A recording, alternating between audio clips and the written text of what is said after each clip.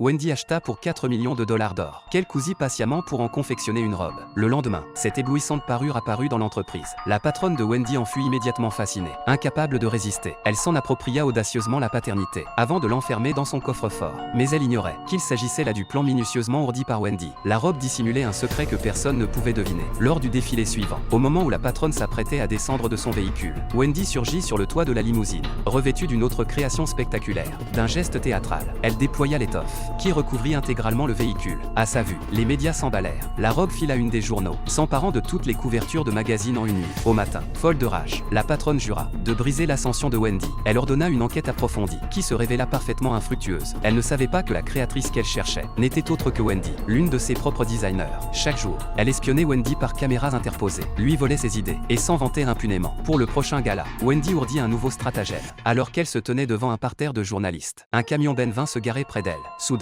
ses portes arrière s'ouvrirent, libérant un flot de détritus. Wendy se hissa sur ce monticule, sous le crépitement des flashs photographes. Chaque fragment de ses déchets se déploya en une robe longue de 20 mètres, un sourire triomphant aux lèvres. Wendy capta tous les objectifs, tandis que la prétendue reine de la soirée perdait instantanément sa place sous les projecteurs. Sous le coup de la fureur, le visage de la patronne blêmit. Dès le lendemain, les ventes de son entreprise s'effondrèrent de 80%.